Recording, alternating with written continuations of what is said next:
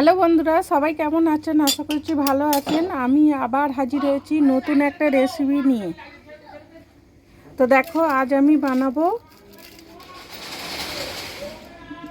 হালুয়া মাছের বেগুন দিয়ে ঝোল।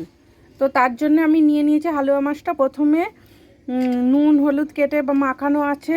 আর এই যে এখানে নিয়ে নিয়েছি ধনিয়া পাতা, কাঁচা লঙ্কা আর পেঁয়াজ। আর সবজিটা কেটে নিয়েছি। বেগুনটা এই দেখো এইভাবে লম্বা লম্বা কেটে নিয়েছি। আর আলুটাকেও এইভাবে লম্বা লম্বা কেটে নিয়েছি।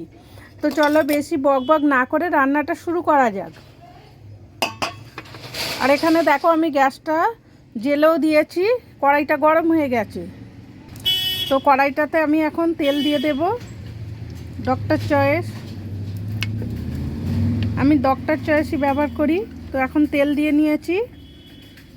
আর তেলটা এখন গরম হয়ে গেছে, এর মধ্যে মাছগুলো দিয়ে দেব।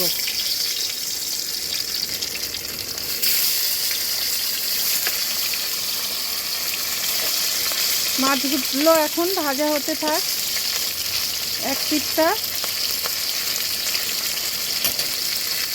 একদিকটা মনে হচ্ছে ভাজা হয়ে গেছে, উল্টে দেব।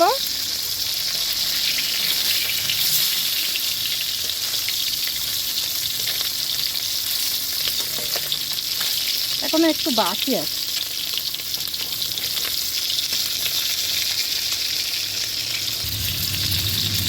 তো এইভাবে আমি মাছগুলোকে উল্টে পাল্টে দেব।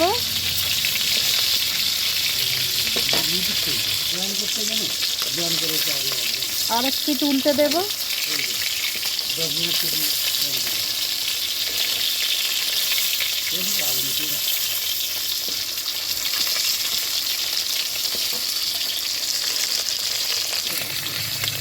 তো এখন মাছগুলো প্রায় ভাজা হয়ে গেছে, এখন তুলে নেব।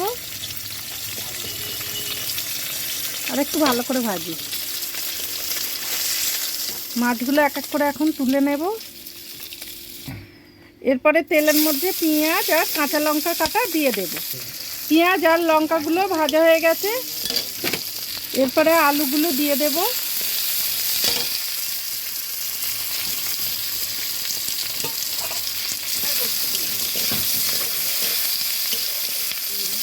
আলুগুলো একটু ভেজে নেব। আলুটা ভাজা হয়ে গেছে, এরপরে আমি বেগুনটা দিয়ে দেব। আলুটা ভেজে নিলে রান্নার টেস্টটা আলাদা হয়, তাই আমি আলুটা ভেজে নিলাম।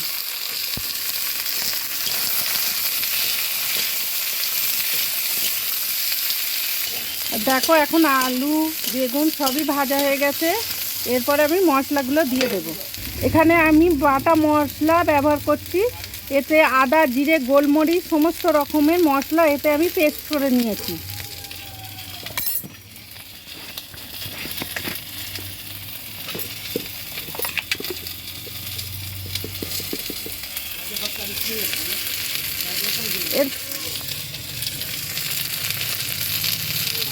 একটু কাঁচা লঙ্কা দিয়েছি, সেই জন্য সামান্য একটু লঙ্কার গুঁড়ো দেব।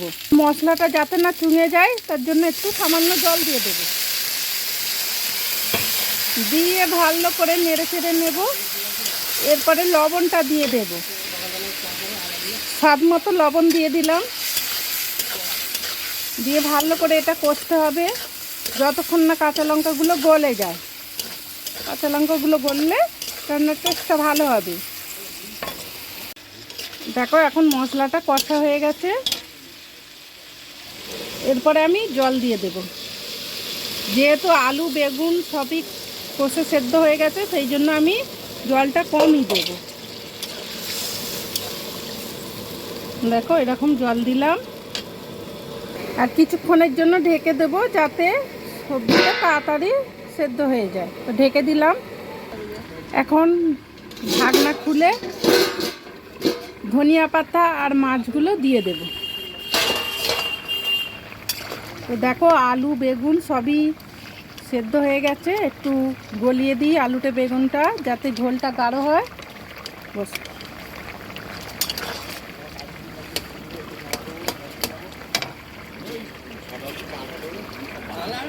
ভেজে রাখা মাছটা এখন ঝোলের মধ্যে দিয়ে দেব।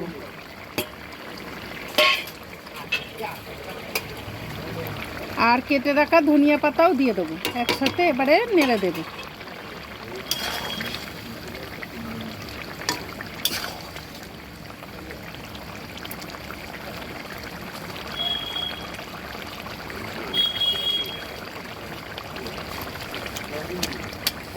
এখন ঝোলটা তেল ভাসার জন্য একটু গ্যাসটা স্লো করে দেব।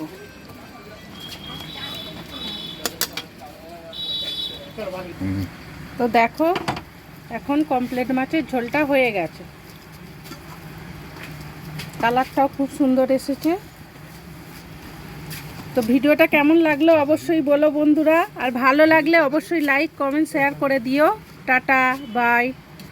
আর এখানে আরও কিছু রান্না করেছি, দেখো মুসুর ডাল আছে, ফুলকপির সবজি, আর ভাতটা তো আছেই, এটা কমন জিনিস।